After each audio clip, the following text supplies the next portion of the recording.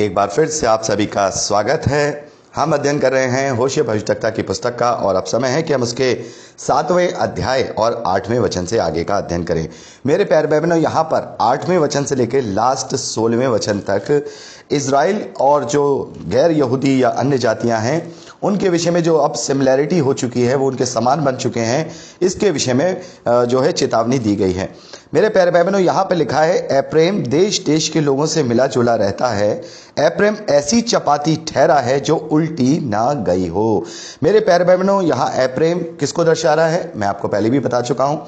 एप्रैम जो है इज़राइल के देश को, उत्तर को दर्शा रहा है। तो यहाँ पर हम देखते हैं कि उनसे मिला जुला रहता है।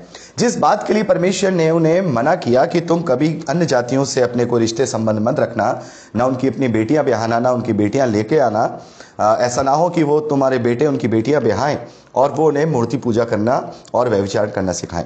तो मेरे प्यारे भाई बहनों, यही हुआ। हम देखते हैं कि अलग अलग राजाओं ने अलग अलग अपने पड़ोसी देश के राजाओं से संधियां की। मिस्र से की, अशूर से की और मोआब से की, और वहां से वो लोगों ने संबंध भी किए। परमेश्वर के टोटल विरोध में इजरायलियों के जो है काम है। और यही हुआ कि वो धीरे धीरे करके मिक्सअप हो गए और मिक्सअप हो गए। अपनी जो बातें थी, परमेश्वर की व्यवस्था की जो चेतावनियां थी, उन्हें भूल गए और वो लोग बाल के देवताओं के पीछे चले गए, अशूर के देवताओं के पीछे चले गए। एप्रैम ऐसी चपाती ठहरा। देखिए, चपाती हम जब घर में रोटी बनाते हैं तो क्या होता है, दोनों तरफ से सेकते हैं ना। अगर चपाती को केवल एक तरफ से सेकेंगे, रोटी को अगर हम एक ही तरफ से घर में सेकेंगे, तो क्या वो रोटी खाने लायक होगी? नहीं। एक तरफ से या वो जल जाएगी, दूसरी तरफ से वो आध पकी रहेगी, तो वो खाने योग्य नहीं रहती। तो यहाँ पर एक तरफ से उल्टी ना गई हो, यानी पलटी, चपाती को पलटते हैं ना, उलटते हैं। तो यहाँ पर हम देखते हैं कि जो इजरायली हैं उन्होंने अपना एक भाग बहुत कठोर कर लिया और एक भाग उनका पूरी तरह से कच्चा था। अर्थात यानी उन्होंने ऊपरी तौर पे तो अपनी जो संसारिक आवश्यकताएं थी या ज़रूरतें थी, उसके लिए उन्होंने परमेश्वर को भी माना या परमेश्वर की आज्ञाओं को भी माना, विधि विधान सारे पूरे किए, सब कुछ किया, और अंत में अपनी जो शरीर की अभिलाषाएं उन्हें पूरा करने के लिए बाल के देवताओं के पास चले गए। लेकिन उन्होंने अपने आप को अंदर से परमेश्वर के ग्रहण योग्य नहीं बनाया। वो एक तरफ से पूरी तरह से जल चुके थे और अध पके थे और खाने के योग्य नहीं, यानी कि परमेश्वर के वो ग्रहण योग्य नहीं थे। ये एक उदाहरण के तौर पर बात की गई है। यहां लिखा है परदेशियों ने उसका बल तोड़ डाला, परंतु वह इसे नहीं जानता था कि उसके सिर में कहीं कहीं पके बाल हैं, परंतु वह इसे भी नहीं जानता था। मेरे प्यारे भाई बहनों, यहां पर हम देखते हैं कि जिस बात के लिए परमेश्वर ने मना किया, इजरायलियों ने वही किया और परदेशियों ने क्या कर दिया, उसके अंदर घुसकर भीतरी घात करके उसका बल तोड़ डाला। शायद इजरायली ये नहीं जानते थे, वो अपने लाभ के लिए करते रहे। लेकिन एक चीज और यहां लिखी है कि उसके सिर पर कहीं कहीं पके बाल हैं, वह इसे भी नहीं जानता था। मेरे प्यारे भाई बहनों, उनकी अज्ञानता इस प्रकार से बढ़ गई थी, जैसे हम देखते हैं इस पुस्तक का जो मूल शिक्षा वो यही है कि मेरे ज्ञान के न होने से मेरी प्रजा नष्ट हो गई।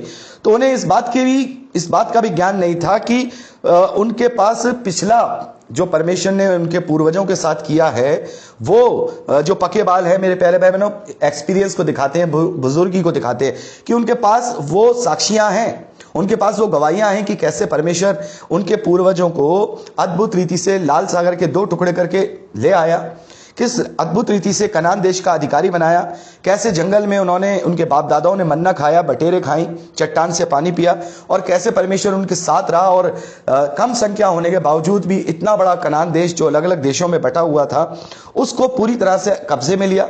ये किसके द्वारा हुआ? ये परमेश्वर की गवाहियां और साक्षी थी, उनके पास थी, लेकिन वो इसे भी नहीं जानते थे। इसको भी वो अपने अज्ञान के द्वारा भुला बैठे थे। आगे लिखा है इजराइल का गर्भ उसी के विरुद्ध साक्षी देता है, इन सब बातों को रहते हुए भी वे अपने परमेश्वर यहोवा की ओर नहीं फिरे और ना उसको ढूंढा है। इजराइल का गर्भ, यानी कि वो एक झूठे घमंड में जी रहे थे, एक झूठा अज्ञान।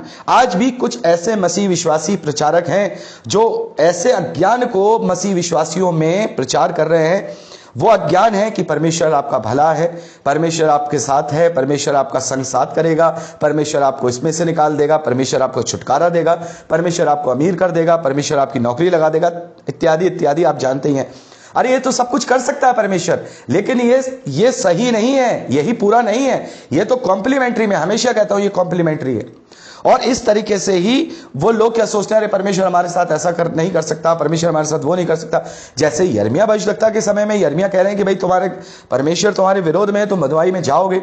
70 साल की बंधुआई तुम्हें मिलेगी। लेकिन वो लोग क्या कह रहे हैं, नहीं, परमेश्वर तुम्हारा भला है, वो हमारा साथ देगा, वो हमारे साथ खड़ा हो जाएगा, वाचा का संदूक हमारे पास है, वो हमें बचा लेगा। इस तरीके की अज्ञानता की और गर्व की और घमंड की बातें कहते थे। तो ये घमंड ही, जो अज्ञान का घमंड है, इज़राइल के खिलाफ ये गवाही देता है कि इज़राइल ने परमेश्वर के विरोध में कार्य किया है और वो किसी भी रीति से परमेश्वर की ओर ना फिरे और ना ही उसे ढूंढना चाहा। आगे लिखा है, एप्रैम एक भोली पांडुकी, यानी कि कबूतर के समान एक जो फाख्ता होती है उसे पांडुकी कहते हैं, एक फाख्ता के समान हो गया जिसमें कुछ बुद्धि नहीं। वह मिस्रियों को दुहाई देते और अशूरियों को चले जाते। मेरे प्यारे बहनों, हम देखते हैं कि एक छोटी सी जो फाख्ता होती है ना, एक कबूतर होता है, कबूतर जो होता है जैसे पिजन बोलते हैं, वो बहुत सीधा होता है, वो आपको कभी चोंच नहीं मारेगा। लेकिन उससे भी एक सीधा जानवर है जो बिल्कुल ही मूर्ख कैटेगरी में आता है, जिसे फाख्ता कहते हैं। पांडु की अब इंग्लिश में नाम नहीं याद आ रहा, फाख्ता बोलते हैं। कबूतर जैसी होती है लेकिन साइज में छोटी होती है, और वो इस प्रकार की भोली होती है कि उसके घोंसले के अंदर जो कौवा होता है ना, कोई या कोयल, मैं शायद कोयल ही होती है, कोयल या कौवे में से कोई है, कि उसके अंडे जो है वो उसके घोंसले में दे देती है, और पूरा वो बेचारी जो फाख्ता है उसको सहती रहती है अपने अंडे समझ के, और जब अंडे फूटते हैं तो उसमें से दूसरे की संतान निकलती है। तो ये एक भोली को नहीं कहेंगे, बल्कि हम यहाँ पर हम कहेंगे कि निर्बुद्धि के समान इजरायली हो गए हैं, जो मिस्रियों को अपना बल समझ रहे हैं, मिस्रियों के पास जा रहे हैं, कभी अशूरियों के पास जा रहे हैं कि हमें तुम हमारे साथ हो जाओगे तो हम बड़े बलशाली हो जाएंगे। जैसे आजकल हम देखते हैं ना, जो छोटे छोटे देश हैं वो बड़े बड़े देशों से संधि बना के रखते हैं कि भाई हम दूसरे किसी शत्रु से बच जाएं।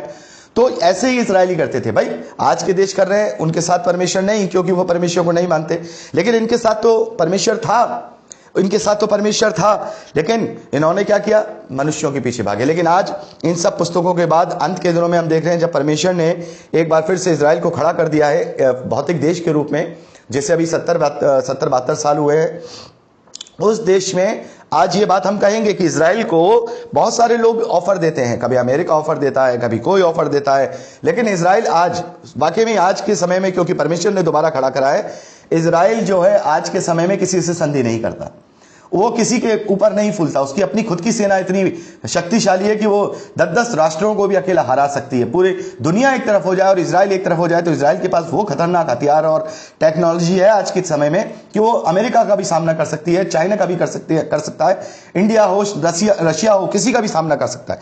तो यहां पर ये खैर अभी की बात कर रहा हूं, लेकिन उस समय क्या था, वो बिल्कुल फाख्ता के समान बेवकूफ हो गए थे, बुद्धिहीन हो गए थे। और अब यहां पर 12वें वचन में लिखा है, जब वे जाएं तब उनके ऊपर मैं अपना जाल फैलाऊंगा। यानी कि अगर वह अशूरियों के पास जाएंगे तो मेरा जाल फैलाया जाएगा और उल्टे अशूरियों की बंधुआई में वो आ जाएंगे। ऐसा उन्हें खींच लूंगा, आकाश के पक्षी जैसे खींचे जाते हैं, मैं उनको ऐसी ताड़ना दूंगा जैसी उनकी मंडली सुन चुकी है। यानी कि भविष्यवक्ताओं के द्वारा यह बात बताई जा चुकी है कि तुम्हारे ऊपर ये सारी ताड़ना पड़ेगी और तुम्हारा सत्यानाश हो जाएगा। उन पर हाय, क्योंकि वो मेरे पास से भटक गए, उनका सत्यानाश हो, क्योंकि उन्होंने मुझसे बलवा किया। मैं तो उन्हें छुड़ाता रहा परंतु वे मुझसे झूठ बोलते आए। वे मन से मेरी दुहाई नहीं देते परंतु अपने बिछौने पर पड़े पड़े हाय करते हैं, हाय करते हैं। वे अन्न और नए दाखमधु पाने के लिए भीड़ लगाते और मुझसे बलवा करते हैं। मैं उनको शिक्षा देता रहा और उनकी भुजाओं को बलवंत करता आया हूं, तो भी वे मेरे विरुद्ध में कल्पना करते हैं, बुरी कल्पना करते हैं। वो फिरते तो हैं परंतु परम प्रधान की ओर नहीं, वह धोखा देने वाले धनुष के समान है।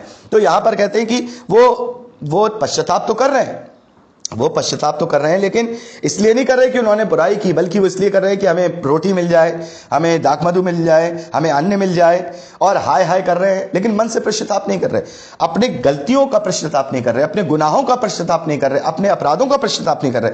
और आज हम देखते हैं, आज भी बहुत सारे लोग ऐसे हैं जो परमेश्वर की ओर तभी फिरते हैं जब परमेश्वर उन्हें चाबुक लगाता है, परमेश्वर उन्हें ताड़ना देता है, तब वो हाय करते हैं। लेकिन फिर भी अगर वो इनके समान हाय करेंगे तो उनका हाय करना बेकार है। यहां हाय मत करिए परमेश्वर के विरोध में, यह मत कहिए कि हे प्रभु ये क्या हो गया कि हम चलो मीटिंग करा लेते हैं, हम प्रार्थना करा लेते हैं, चर्च जाना शुरू कर देते हैं, बाइबल पढ़ना शुरू कर देते हैं तो शायद हमारे हालात सुधर जाएं। नहीं, जिस कमी के कारण परमेश्वर ने तुम्हें ताड़ना दी, जिस कमी के कारण परमेश्वर ने तुम्हें इस विपत्ति में डाला, उस कमी को देखो, उस कमी को ढूंढो। ये नहीं ढूंढो कि आज हमारे पास नौकरी नहीं है, या हम आर्थिक रूप से परेशान हो गए, या हम बीमार हो गए तो परमेश्वर ने हमें ताड़ना इसलिए दी है, और हम केवल इसलिए परमेश्वर की ओर फिर जाएं कि हम वापस चंगे हो जाएं, या वापस हम अमीर हो जाएं, या वापस हमारी नौकरी आ जाए। नहीं, वो तो आपका मोटिव नहीं होना चाहिए, आपका उद्देश्य नहीं होना चाहिए। उद्देश्य ये होना चाहिए कि अगर ये मेरे ऊपर विपत्ति आई है तो परमेश्वर ने मुझे अगर ताड़ना दी है तो किस लिए दी है, मेरे अंदर क्या कमी है, हाय उस बात के लिए करिए, हाय उस बात के लिए करिए। क्योंकि यहां पर हम देखते हैं कि यहां परमेश्वर कहता है कि मैंने शिक्षा देता रहा, समझाता रहा, लेकिन फिर भी मैं उनका साथ देता रहा, लेकिन फिर भी उन्होंने मेरे विरुद्ध में ही सारे कार्य किए हैं। और वो तो एक ऐसे धनुष ठहरे हैं जो धोखा देने वाले धनुष। जैसे अगर मान लीजिए हम युद्ध करने जा रहे हैं और हमने धनुष चढ़ाया और धनुष ही टूट गया तो फिर सामने वाला तो हमें वैसे ही मार देगा। तो परमेश्वर कहता है तुम तो धोखा देने वाली जाति हो, और इसलिए मेरे क्रोध भरी बातों के कारण तुम तलवार से मारे जाओगे। मिस्र देश में उनके ठट्टों में उड़ाए जाने का कारण यही होगा। और हम यही देखते हैं कि जब अशूर से बचने के लिए कभी मिस्र के पास तो मिस्र उनका मजाक बना रहे हैं, कभी मिस्र से बचने के लिए अशूर के पास तो अशूरी उनका मजाक बना रहे हैं, कभी इन दोनों से बचने के लिए जो मोआब के पास तो वो उनका मजाक बना रहे हैं। तो ये सब चीजें होती रही। उन्होंने कभी परमेश्वर पर भरोसा नहीं किया, अपने बुरे मन से बुरे चालों से मन नहीं फिराया, और परमेश्वर का क्रोध उन पर पड़ता रहा, और वो केवल मनुष्यों पर ही भरोसा करते रहे, और मनुष्यों से ही अपने आप को ताकतवर मानकर वो गलत फहमी में पड़े रहे। तो यहाँ पर ये पूरी बात बताई गई है मेरे प्यारे बहनों। यहाँ पर हमने अच्छे से 7वें अध्याय का अध्ययन कंप्लीट कर लिया है, और अब हम 8वें अध्याय की ओर बढ़ेंगे, और ये हम अगली रिकॉर्डिंग में करेंगे। प्रभु आपको आशीष दे।